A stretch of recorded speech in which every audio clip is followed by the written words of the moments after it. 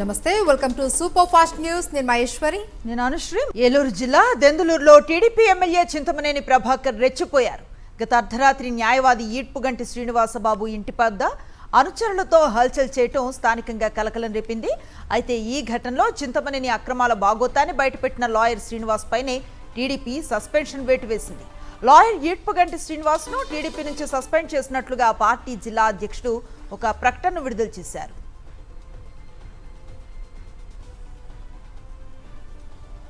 గత రాత్రి ప్రొక్లైన్తో సహా శ్రీనివాసబాబు ఇంటికి చేరుకొని ఇంటి ముట్టడికి యత్నించారు.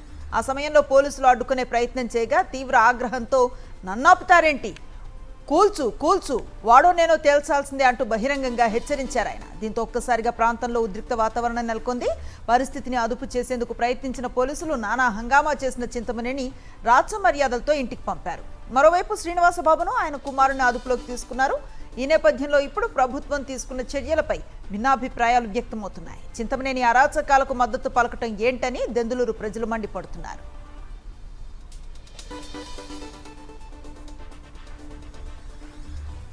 అంతకుముందు ఎమ్మెల్యే చింతమనేనిపై టీడీపీ రాష్ట్ర లీగల్ సెల్ ఉపాధ్యక్షుడు శ్రీనివాస్ ఏమన్నారో ఒకసారి చూద్దాం. వ్యక్తిగతంగా మాట్లాడటం మాని ఇష్యూ బేస్డ్గా మాట్లాడటం నేర్చుకోండి. ఈ దెందులూరు నియోజకవర్గంలో పట్టిసీమ కాలం మొదలుకొని ప్రభుత్వ ఆస్తులు ఏవి కూడా ఈరోజు ప్రభుత్వం దగ్గర లేవు. అది ఈ నియోజకవర్గ ఎమ్మెల్యే కబంధ హస్తాల్లోకి వెళ్ళిపోయినాయి. రోజుకు 35 డంపర్లతో మట్టి ట్రాన్స్పోర్టేషన్ జరుగుతుంటే అడిగే దిక్కు లేదు.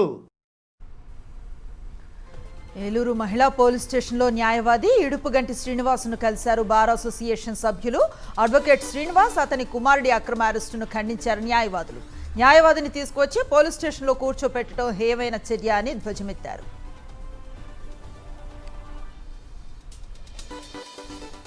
అరెస్ట్ అని చెప్పారు, ఇప్పుడు దాకా వదలలేదు. ఆయనతో పాటు ఆయన కుమారుని కూడా ఇక్కడే ఉండమని చెప్తే అలో చేశారు, ఇక్కడే ఉన్నారు. మాకు తెలిసిన సమాచారం ఏంటంటే ఇతని మీద ఏదన్నా క్రైమ్ రిజిస్టర్ చేసి ఉన్నది లేకపోతే చేస్తారు అని చెప్పి దాని మీద తీసుకొచ్చి కోర్టుకి హాజరుపరుస్తారు, రిమాండ్కి పంపించాలనే ఉద్దేశంతో ఉన్నారని మా అందరికీ అందిన సమాచారం. ఏపీ హైకోర్టులో విజయవాడకు చెందిన సాయి కృష్ణ మిస్సింగ్ కేసు విచారణ జరిగింది. సాయి కృష్ణ తల్లి హెబియస్ కార్పస్ పిటిషన్ వేయగా విచారించిన కోర్టు ఈ నెల 29లోగా సాయి కృష్ణను కోర్టులో ప్రవేశపెట్టాలి అని ఆదేశించింది. లేదంటే సిఐ నాగరాజుపై కేసు నమోదు చేస్తామని తేల్చి చెప్పింది. తన బిడ్డను చూపాలి అని, చనిపోతే మృతదేహం ఇవ్వాలి అని బాధితుడి తల్లి ఆవేదన వ్యక్తం చేస్తోంది. ఏపీలో పోలీసులే రౌడీలుగా మారుతున్నారని విమర్శించారు మాజీ మంత్రి అంబటి రాంబాబు. సాయికృష్ణను పట్టుకెళ్లిన పోలీసులు చిత్రహింసలు పెట్టి చంపేశారని ఆరోపించారు. అంతేకాదు ఎవిడెన్స్ లేకుండా చేసేందుకు సాయికృష్ణ డెడ్ బాడీని అర్ధరాత్రి కృష్ణలంక శ్మశాన వాటికకు తీసుకువెళ్లి బూడిద చేశారన్నారు అంబటి రాంబాబు. గాదే సాయికృష్ణ అనేటువంటి ఒక వ్యక్తిని మే 9వ తారీఖున పోలీసులు పట్టుకెళ్లారు. చాలా దారుణం ఏంటంటే అతను చాలా చిత్రహింసలు పెట్టారు, చంపేశారు. చంపేశారా, ప్రమాదవశాత్తు చనిపోయాడా, అది పోలీసులకు తెలుసు. చంపేశారు. It's lockup death. బాడీ లేదు. ఆ బాడీని వారే దహనం చేశారు, పోలీసు వారే. బాడీ ఉంటే ఆ బాడీని తీసుకువెళ్లి పోస్ట్ మార్టం చేస్తే ఎందుకు చనిపోయాడో అర్థమవుతుందనే ఉద్దేశంతో పోలీసులే ఆ డెడ్ బాడీని అతి జాగ్రత్తగా తీసుకువెళ్లారు. ఎలా తీసుకెళ్లారో తెలుసా? ముందు 2 వీలర్ మీద ముందు కానిస్టేబుల్ నడుపుతాడు, వెనక కానిస్టేబుల్ ఉంటాడు, మధ్యలో ఈ శవాన్ని పెట్టుకుని కృష్ణలంక శ్మశాన వాటికి తీసుకెళ్లారు. అర్ధరాత్రి పూట శుభ్రంగా దహనం చేసి బూడి చేసేశారు. మెట్రో ప్రాజెక్టుకు కిషన్ రెడ్డి అడ్డుపడుతూ ఉన్నారని మండిపడ్డారు సీఎం రేవంత్ రెడ్డి. బీజేపీ నేతలకు డౌట్స్ ఉంటే పవర్ పాయింట్ ప్రెజెంటేషన్ ఇస్తాను అన్నారు. రాజకీయంగా నష్టం జరుగుతుందని కుట్ర పన్నారు అని, కిషన్ రెడ్డి చర్యల వెనుక కేటీఆర్ ఉన్నారని ఆరోపించారు సీఎం రేవంత్ రెడ్డి. ఎందుకు కిషన్ రెడ్డి బాధ్యత తీసుకోడు? కిషన్ రెడ్డి నిజంగానే మెట్రో అయిపోయిన దానికి కట్టర్ను కలిసినప్పుడు నన్ను ఎందుకు తీసుకుపోడు? మొదటి విడత రాష్ట్ర ప్రభుత్వం Hyderabad metro rail limited take over చేస్తేనే రెండవ విడత అనేది నిర్మాణానికి అవకాశం ఉంది. మొదటి విడత టేక్ ఓవర్ చేయాలి అని అంటే ఇండియన్ రైల్వే ఫైనాన్స్ కార్పొరేషన్ 13,600 కోట్ల రూపాయల ఒప్పందం ప్రకారము నిధులు రిలీజ్ చేయాలా. నిన్న కూడా కిషన్ రెడ్డి గారు మళ్ళీ అబద్ధాలు చెప్తున్నారు. కేంద్ర ప్రభుత్వం ఆల్రెడీ 50% ఒప్పుకున్నది నిజమైతే కాగితం ఎక్కడుందో చూపింది. మెట్రో రెండవ దశకి అనుమతి దక్కకపోవటం రేవంత్ రెడ్డి అసమర్థ పాలనకు నిదర్శనం అన్నారు బీఆర్ఎస్ వర్కింగ్ ప్రెసిడెంట్ కేటీఆర్. తనపై వేలాడుతున్న ఓటుకు నోటు కేసు వల్లే కేంద్రాన్ని ప్రశ్నించలేకపోతున్నారని వెల్లడించారు. 71 సార్లు ఢిల్లీకి వెళ్లినా బీజేపీ రేవంత్ రెడ్డిని దేకటం లేదని విమర్శించారు. తెలంగాణ ప్రయోజనాల కోసం ప్రధానిని ప్రశ్నించలేని అసమర్థుడు రేవంత్ రెడ్డి అని మండిపడ్డారు. ప్రధానిని ప్రశ్నించలేక ప్రతిపక్షంపై నిందలు వేసే నీచ ప్రయత్నం చేస్తున్నారని ఫైర్ అయ్యారు. హైదరాబాద్ మెట్రో రైల్ పూర్తి చేసిన ఘనత ముమ్మాటికి కేసీఆర్దే అని తెలిపారు. కేవలం తన స్వార్థ ప్రయోజనాల కోసం ఉనికిలో లేని ఊహా నగరానికి మెట్రో రెండో దశను రేవంత్ రెడ్డి ప్రతిపాదించారన్నారు. మెట్రో రెండో దశను సాధించడంలో అటర్ ఫ్లాప్ అయినందుకు, మొదటి దశను ఆగం చేస్తున్నందుకు సీఎం వెంటనే ముక్కు నేలకు రాసి క్షమాపణలు చెప్పాలని డిమాండ్ చేశారు కేటీఆర్. పవన్ కళ్యాణ్ కు TPCC chief Mahesh Goud strong counter ఇచ్చారు. సినిమా డైలాగులు మాట్లాడితే నడవదు అన్నారు. తెలంగాణ ఎలా వచ్చిందో సినీ నటుడు తెలుసుకోవాలి అని సూచించారు. ఎవరో ఒప్పందిస్తే పవన్ మాట్లాడడం మానుకోవాలి అని, విభజన గురించి మాట్లాడడం అంటే వ్యతిరేకించినట్టేనన్నారు మహేష్ గౌడ్. 2 జూన్ రోజు నువ్వు వచ్చేదో సభ పెట్టి ఇక్కడ శాంతి భద్రతకి విఘాతం కలిగిస్తానంటే ఏ ప్రభుత్వమైనా ఆపుతుంది. మా ప్రభుత్వం కూడా ఆపింది. మీరు సినిమాలు చేసుకోండి. డిప్యూటీ ముఖ్యమంత్రిగా ఆంధ్రప్రదేశ్లో మీరు చేసిన పనులు చాలా ఉన్నాయి. నేర్చుకోవాల్సింది చాలా ఉంది మీకు రాజకీయాల్లో. ఊరికే ఎవరో ఒప్పందిస్తే మీరు తెలంగాణ గురించి పదే పదే మాట్లాడడం మంచిది కాదు. పవన్ కళ్యాణే కాదు, ఎవరైనా తెలంగాణ గురించి, తెలంగాణ సెంటిమెంట్ గురించి, తెలంగాణ ప్రజల గురించి కించపరిచే విధంగా మాట్లాడితే ఊరుకునే ప్రసక్తే ఉండదు. ఆంధ్రప్రదేశ్లో ఓటర్ల ప్రత్యేక సమగ్ర సవరణ సర్ ప్రక్రియ మొదలైంది. 175 నియోజకవర్గాల్లో ఎస్ఐఆర్ను ప్రారంభించారు. 4,16,00,000 కోట్ల ఓటర్లను తనిఖీ చేయనుంది ఈసీ. మొదటి రోజు 4,12,384 ఎన్యూమరేషన్ ఫారాలు పంపిణీ చేశారు. సర్ ప్రక్రియ కోసం 175 మంది ఈఆర్ఓలు, 1,076 మంది ఏఈఆర్ఓలు, 46,397 మంది బిఎల్ఓలు నియమించింది ఈసీ. 68,868 మంది బూత్ లెవెల్ ఏజెంట్ల ద్వారా ఏపీ వ్యాప్తంగా సర్ ప్రక్రియను నిర్వహిస్తున్నారు. ఏపీ సచివాలయంలో వింత ఆంక్షలతో వైఎస్ఆర్సీపీ నేతలను ఇబ్బందులకు గురి చేస్తున్నారు. ఎస్ఐఆర్లో సమస్యలపై సీఈఓకు వినతి పత్రం ఇచ్చేందుకు సచివాలయానికి వెళ్లారు వైఎస్ఆర్సీపీ ఎమ్మెల్సీలు. అనంతరం మీడియాతో మాట్లాడేందుకు ప్రయత్నించిన వైఎస్ఆర్సీపీ ఎమ్మెల్సీలను వింత ఆంక్షలతో అడ్డుకునే ప్రయత్నం చేశారు అధికారులు. దీనిపై ఎమ్మెల్సీలు ఆగ్రహం వ్యక్తం చేశారు. ఈసీ కార్యాలయం దగ్గర బైఠాయించి నిరసన తెలిపారు. మెగా డిఎస్సీ దగా డిఎస్సీ అయిందన్నారు మాజీ మంత్రి కురసాల కన్నబాబు. ప్రభుత్వం పడుతున్న పాటలు చూస్తుంటే నవ్వొస్తోందన్నారు. అధికారులే మాట్లాడుతున్నారు కానీ మంత్రులు ఎవరూ నోరు మెదపటం లేదన్నారు. అవినీతి జరగకపోతే ఉన్నత స్థాయి విచారణకు ఆదేశించాలని డిమాండ్ చేశారు కన్నబాబు. అవకతవకలు జరగలేదని, అదేదో చాలా పవిత్ర కార్యక్రమంగా తాము చేసామని చెప్పుకోవడానికి ఇవాళ ప్రభుత్వం పడుతున్న పాటలు చూస్తుంటే నవ్వు వస్తుంది. కేవలం అడ్డంగా దొరికిపోయి తప్పించుకునే కార్యక్రమంలో క్షేత్రస్థాయి వరకు చివరికి ఉపాధ్యాయులతో కూడా దాన్ని ఖండించే కార్యక్రమం చేస్తా ఉన్నారంటే ఏమనాలి? మీ తప్పు లేనప్పుడు మీరెందుకు విచారణకు ఆదేశించట్లేదు? వైఎస్ఆర్సీపీ కేంద్ర కార్యాలయంలో రాయలసీమ నేతలు భేటీ నిర్వహించారు. త్వరలో నెల్లూరు, అనంతపురం జిల్లాలలో పర్యటించాలి అని నిర్ణయించారు. పెండింగ్ ప్రాజెక్టులు పూర్తి చేసేలా ప్రభుత్వంపై ఒత్తిడి తేవాలి అని నిర్ణయించారు.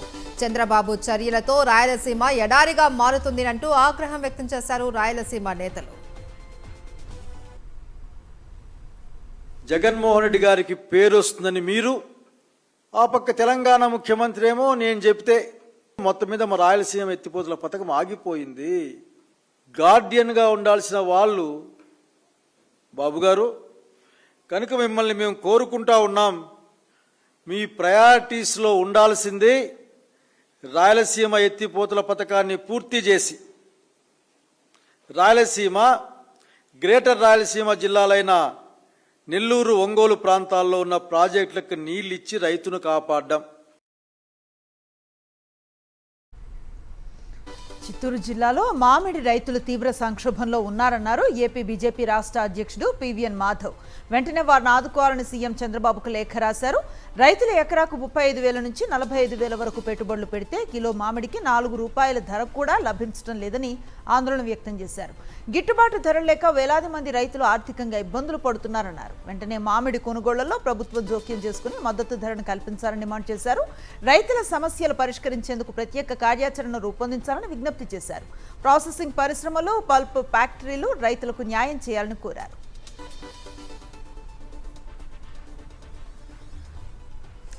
ఎస్ఐఆర్ పేరుతో టార్గెట్ చేసి ఓటర్లను తొలగించారు అని సంచలన ఆరోపణలు చేశారు పరకాల ప్రభాకర్. ఓటర్ జాబితా నుంచి పేర్లు తీసిన వాళ్ళలో మైనార్టీలు ఎక్కువగా ఉన్నారు అని చెప్పారు.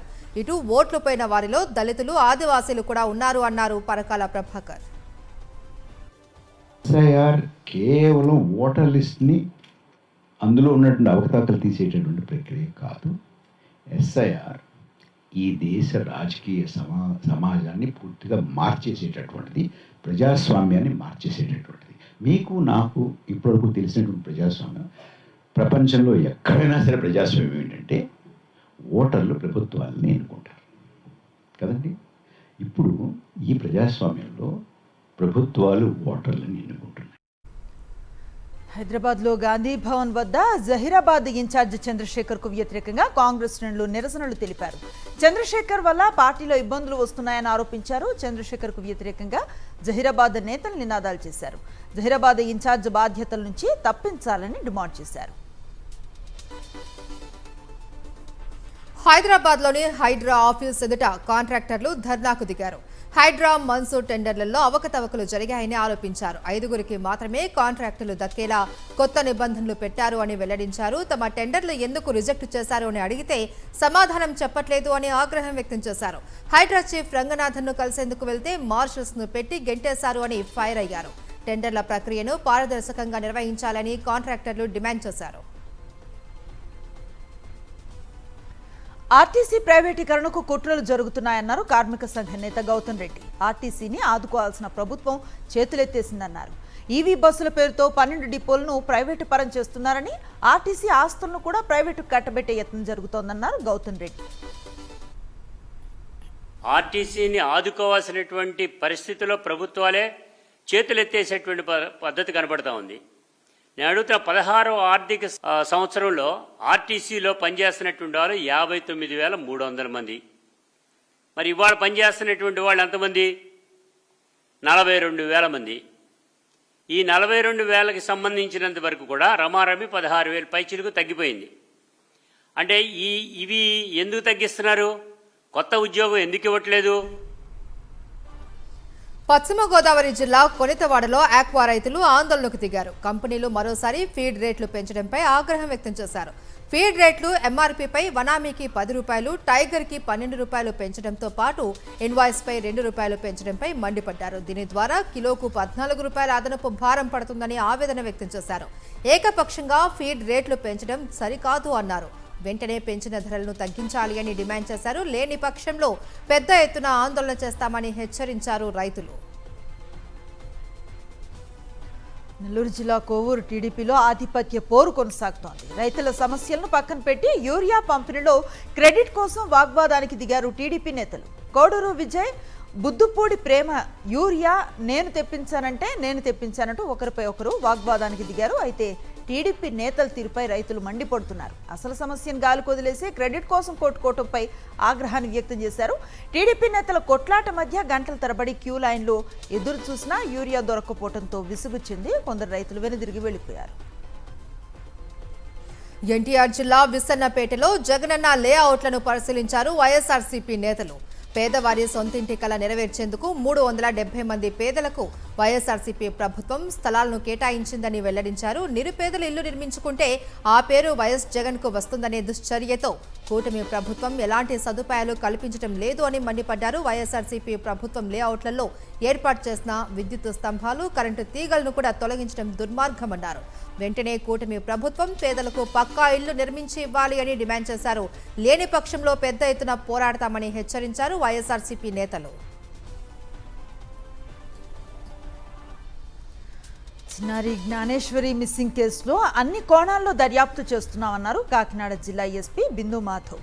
ఎవరైనా అపహరించారా అనే కోణంలోనూ దర్యాప్తు చేస్తున్నామని తెలిపారు. సిహెచ్ అగ్రహారం వెళ్లి చిన్నారి తల్లిదండ్రులను పరామర్శించారు. చిన్నారి అదృశ్యమైన ప్రాంతాన్ని పరిశీలించారు. జ్ఞానేశ్వరి ఇంటి వెనుక ఉన్న నల్లకొండ అటవీ ప్రాంతం బాగా విస్తరించి ఉండటంతో గాలింపు చర్యలకు ఆటంకం కలుగుతోందని ఎస్పీ బిందు మాధవ్ వెల్లడించారు. చేయడానికి ప్లాన్డ్ అబ్డక్షన్ అనేది అవకాశం లేదు. పాప అంతటా పాప నడిచెళ్ళటం చూశారు కాబట్టి అందరూ ఐ విట్నెస్లు ఉన్నారు కాబట్టి పాసర్ బై ఎవరైనా తీసుకెళ్లారా అనేది కూడా ఎలిమినేట్ చేయట్లేదు. పాసర్ బై ఎవరైనా తీసుకెళ్తుంటే అది టెక్నికల్ అనాలిసిస్లో వెరిఫై చేయడానికి ట్రై చేస్తున్నాం. సీసీ ఫుటేజ్ తీసుకున్నాము, ఐపీడీఆర్ తీసుకున్నాము, టవర్ డంపులు తీసుకున్నాము. ఇవన్నీ అనాలిసిస్ ఇస్ ప్యారలీ గోయింగ్ ఆన్. అడవి జంతువుల వల్ల కూడా ప్రమాదం ఉండే అవకాశం ఉంది. చిన్న పాప కాబట్టి షీ వెయిస్ వెరీ లిటిల్ కాబట్టి ఏదన్నా వైల్డ్ యానిమల్ లాక్కొని వెళ్ళే అవకాశం ఉంది. దానికోసమే ఫారెస్ట్ డిపార్ట్మెంట్ని రిక్వెస్ట్ చేసి వాళ్ళని కూడా రోపిన్ చేయడం జరిగింది. డ్రోన్ సెర్చ్ కంటిన్యూ అవుతుంది ఆ యాంగిల్లో.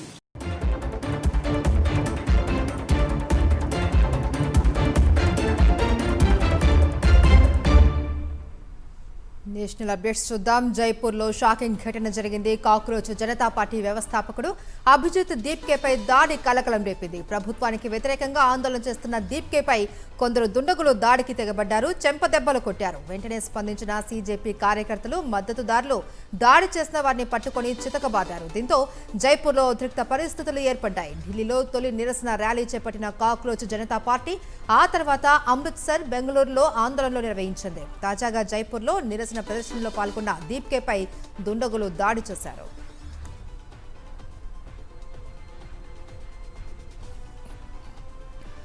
తమిళనాడు సీఎం విజయ్ మరో కీలక నిర్ణయం తీసుకున్నారు. బహిరంగ ప్రదేశాల్లో పోస్టర్స్, బ్యానర్స్, కటౌట్స్ ఏర్పాటుపై నిషేధాన్ని విధించారు. ఈ మేరకు తమిళనాడు ప్రభుత్వం ఆదేశాలు జారీ చేసింది. ప్రజలకు అసౌకర్యం కలిగించేలా రోడ్లపై, వీధుల్లో, బహిరంగ ప్రదేశాల్లో పోస్టర్లు అంటించడం నిషేధమని స్పష్టం చేసింది. వర్షాకాలం కావడంతో బ్యానర్లు, కటౌట్ల వల్ల ప్రమాదం జరిగే అవకాశం ఉండటంతో విజయ్ ఈ నిర్ణయం తీసుకున్నారు. రాజస్థాన్ మాజీ ముఖ్యమంత్రి అశోక్ గెహ్లాట్ బీజేపీపై చేసిన వ్యాఖ్యలు తీవ్ర దుమారం రేపుతున్నాయి. మాజీ ప్రధాని ఇందిరాగాంధీ బతికి ఉంటే దేశంలో బీజేపీని బ్యాన్ చేసేవారు అన్నారు గెహ్లాట్. జైపూర్లో జరిగిన ఓ కార్యక్రమంలో ఆయన ఈ కామెంట్స్ చేశారు. ప్రస్తుతం దేశంలో పరిస్థితులు చాలా ప్రమాదకరంగా ఉన్నాయని తెలిపారు. ఉత్తరప్రదేశ్లో ముస్లింలకు కనీసం సీట్లు ఇవ్వకపోవడం ఏంటి అని ప్రశ్నించారు. గెహ్లాట్ వ్యాఖ్యలపై బీజేపీ తీవ్ర స్థాయిలో మండిపడింది. హిందువులు, హిందుత్వం పట్ల కాంగ్రెస్కు ఉన్న ద్వేషానికి ఇదే నిదర్శనమంటూ ధ్వజమెత్తింది.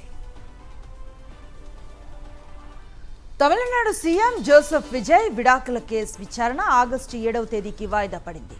సంగీత వకాలత్ దాఖలు చేయకపోవడంపై ఆమె తరఫు లాయర్ను ప్రశ్నించారు చెంగల్పట్టు కోర్టు న్యాయమూర్తి. అలాగే వర్చువల్ విచారణ కోసం దాఖలు చేసిన పిటిషన్కు డిస్మిస్ చేశారు.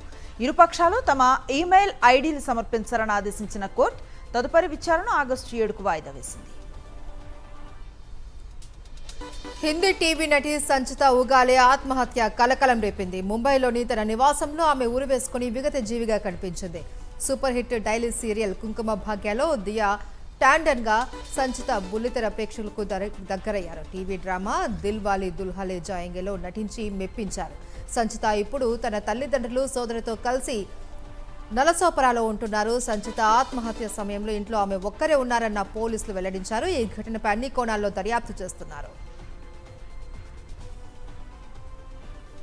తమిళనాడులోని తిరువల్లూరు సమీపాన ఇండస్ట్రియల్ ఏరియాలో 3 ఏళ్ల చిన్నారి లైంగిక దాడికి గురై ప్రాణాలు కోల్పోవటం ఉద్రిక్తతలకు దారితీసింది. ఒక పొద దగ్గర తీవ్ర గాయాలతో కనిపించిన బాలికను స్థానికులు హాస్పిటల్కు తరలించగా ఆ చిన్నారి చికిత్స పొందుతూ చనిపోయింది. ఈ కేసులో బీహార్ వలస కూలీని పోలీసులు అరెస్ట్ చేశారు. బాలికకు బిస్కెట్లు ఇస్తానని ఆశ చూపిన అతడు ఆ చిన్నారిని తీసుకెళ్లినట్లుగా పోలీసుల ప్రాథమిక దర్యాప్తులో తేలింది. ఈ ఘటనపై తమిళనాట తీవ్ర ఆగ్రహం వ్యక్తమవుతోంది. తీవ్ర ఎండలతో భగ్గుమంటున్న రాజస్థాన్లో ఇసుక తుఫాన్లు భీభత్సం సృష్టిస్తున్నాయి. రాజస్థాన్లో ఒక్కసారిగా వాతావరణం మారిపోయింది. దుమ్ము, మేఘాలు నగరాలను కమ్మేశాయి. గంటకు 70 కిలోమీటర్లకు పైగా వేగంతో ఈదురుగాలులు వీచాయి.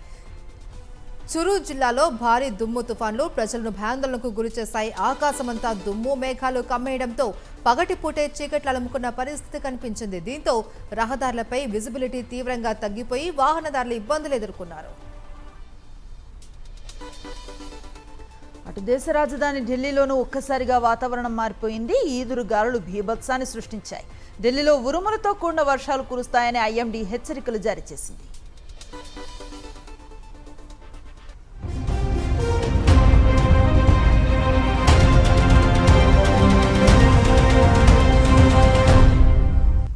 అంతర్జాతీయ వార్తలు చూద్దాం. పశ్చిమ ఆసియాలో యుద్ధ జ్వాలలు చల్లారాయి. 106 రోజుల వార్కు ఎట్టకేలకు 60 రోజుల తాత్కాలిక విరామం లభించింది. అమెరికా ఇరాన్ మధ్య శాంతి ఒప్పందం కుదిరింది. అగ్రరాజ్యం అధ్యక్షుడు డొనాల్డ్ ట్రంప్ ఈ విషయాన్ని ప్రకటించారు. ఇరాన్ ఓడరేవులపై దిగ్బంధం ఎత్తివేయాలి అని ఆదేశించారు.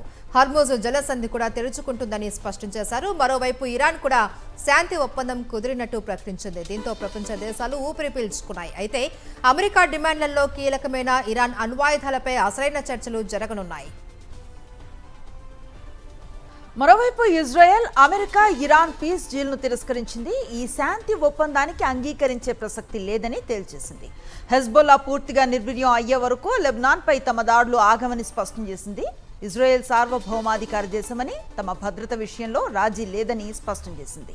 ఈ విషయంలో అమెరికా నిర్ణయాలు తమను ప్రభావితం చేయలేవని ఇజ్రాయెల్ ప్రధాని బెంజమిన్ నెతన్యాహు తేల్చి చెప్పారు. ఆయన ట్రంప్తో అత్యవసరంగా భేటీ అయ్యేందుకు ప్రయత్నిస్తున్నారు. భారత్ స్లోవేకియా ద్వైపాక్షిక బంధం సమగ్ర వ్యూహాత్మక భాగస్వామ్యం స్థాయికి చేరినట్టు ప్రధాని నరేంద్ర మోదీ వెల్లడించారు. రక్షణ, ఏఐ రంగాలలో పరస్పర సహకారానికి ఇరు దేశాలు నిర్ణయం తీసుకున్నట్లు తెలిపారు. స్లోవేకియా పర్యటనలో భాగంగా ఆ దేశ ప్రధానమంత్రి రాబర్ట్ ఫికోతో భేటీ అయ్యారు. ప్రధాని మోదీ ద్వైపాక్షిక సంబంధాల బలోపేతంపై చర్చలు జరిపారు. ఈ సందర్భంగా labour mobility, social security agreement సహా పలు ఎంఓయూలపైన రెండు దేశాలు సంతకాలు చేశాయి. ఇరు దేశాల వాణిజ్య సంబంధాలు మరింత బలోపేతం కావాలి అని ప్రధాని మోదీ ఆకాంక్షించారు.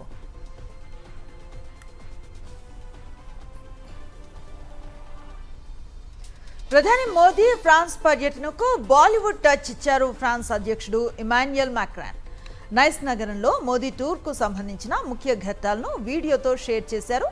దీనికి దురంధర్ సినిమాలో ఆర్య పాఠం జత చేశారు. మోదీ మాక్రాన్ భేటీ, భారత్ ఇన్నోవేట్స్ 2026 సదస్సు ప్రారంభోత్సవం, ఇరు దేశాల మధ్య సాంకేతికత, ఆవిష్కరణలపై జరిగిన చర్చలను ఇందులో చూపించారు. ఈ వీడియోకు స్పందించిన ప్రధాని మోదీ సాంకేతికత, ఆవిష్కరణలు, అభివృద్ధి చెందుతున్న పరిశ్రమల రంగాల్లో భారత్, ఫ్రాన్స్ కలిసి ముందుకు సాగుతాయని పేర్కొన్నారు. ప్రఖ్యాత స్టాన్ఫోర్డ్ యూనివర్సిటీ స్నాతకోత్సవానికి చీఫ్ గెస్ట్ గా వెళ్లిన గూగుల్ సీఈఓ సుందర్ పిచాయ్కు షాకింగ్ అనుభవం ఎదురైంది. ఆయన ప్రసంగిస్తూ ఉండగా విద్యార్థులు వాకౌట్ చేశారు. పాలస్తీనాకు మద్దతుగా నినాదాలు చేస్తూ బయటకు వెళ్లిపోయారు. దాదాపు 200 మంది స్టూడెంట్స్ వాకౌట్ చేసినా పిచాయ్ తన స్పీచ్ కొనసాగించారు. దీనికి సంబంధించిన వీడియోలు సోషల్ మీడియాలో వైరల్ అయ్యాయి.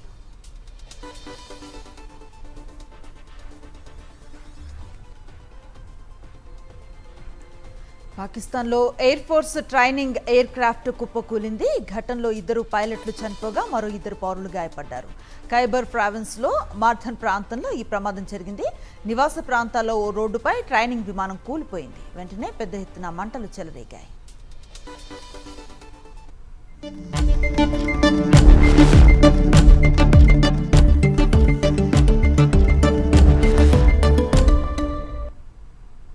Coming to business updates. దేశీయ స్టాక్ మార్కెట్ సూచీలు లాభాల్లో ముగిశాయి. ఉదయం భారీ లాభాల్లో ప్రారంభమైన దేశీయ స్టాక్ మార్కెట్స్ ట్రేడింగ్ క్లోజ్ అయ్యే సమయానికి లాభాల్లోనే ముగిశాయి. సెన్సెక్స్ 736.38 పాయింట్ల లాభంతో 76,264 వద్ద నిలిచింది. అలాగే నిఫ్టీ 231 పాయింట్ల లాభంతో 23,853 పాయింట్ల వద్ద స్థిరపడింది. పశ్చిమ ఆసియా ఉద్రిక్తతలకు తెరదించుతూ శాంతి ఒప్పందంపై అమెరికా, ఇరాన్ ప్రకటన చేసిన నేపథ్యంలో చమురు ధరలు భారీగా దిగొచ్చాయి. దేశీయ మార్కెట్లో బంగారం, వెండికి మళ్లీ గిరాకీ పెరిగింది. 3 రోజులుగా పెరుగుతున్న బంగారం ధరలు ఇవాళ అమాంతం దూసుకు వెళ్లాయి.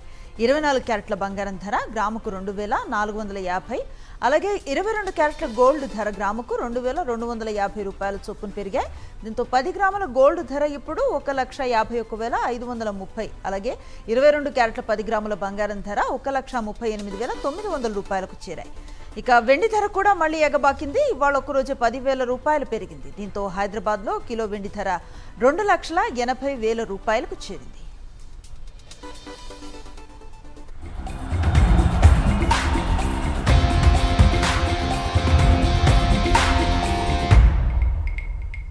స్పోర్ట్స్ అప్డేట్స్ చూద్దాం. ముక్కోణపు సిరీస్ లో భాగంగా ఇండియా ఏతో జరిగిన మ్యాచ్ లో శ్రీలంక ఏ జట్టు విజయం సాధించింది.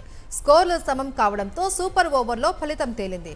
దంబుల్లా వేదికగా జరిగిన మ్యాచ్ లో తొలుత బ్యాటింగ్ చేసిన ఇండియా ఏ టీం 49.2 ఓవర్లలో 265 పరుగులకు ఆలౌట్ అయింది.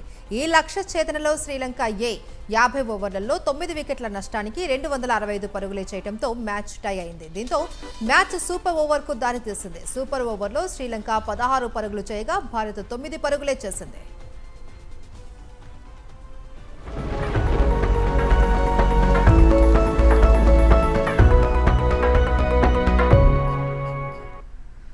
తెలంగాణ వ్యాప్తంగా రానున్న 5 రోజుల పాటు గరిష్ట ఉష్ణోగ్రతలు నమోదయ్యే అవకాశం ఉంది. హైదరాబాద్లోనూ 35 నుంచి 39 డిగ్రీల ఉష్ణోగ్రతలు నమోదవుతాయని వాతావరణ శాఖ తెలిపింది. అయితే క్యూములో నింబోస్ మేఘాల కారణంగా రేపు అక్కడక్కడ ఉరుములు మెరుపులతో కూడిన వానలు పడతాయని చెప్పింది. 18వ తేదీ తర్వాత తెలంగాణ వ్యాప్తంగా భారీ వర్షాలు పడే అవకాశం ఉందని వెల్లడించింది వాతావరణ శాఖ. ఇవి సూపర్ ఫాస్ట్ న్యూస్ డీటెయిల్స్. మరిన్ని అప్డేట్స్ కోసం ఛానల్ ను సబ్స్క్రైబ్ చేయండి. నోటిఫికేషన్స్ కోసం బెల్ ఐకాన్ పై క్లిక్ చేయండి.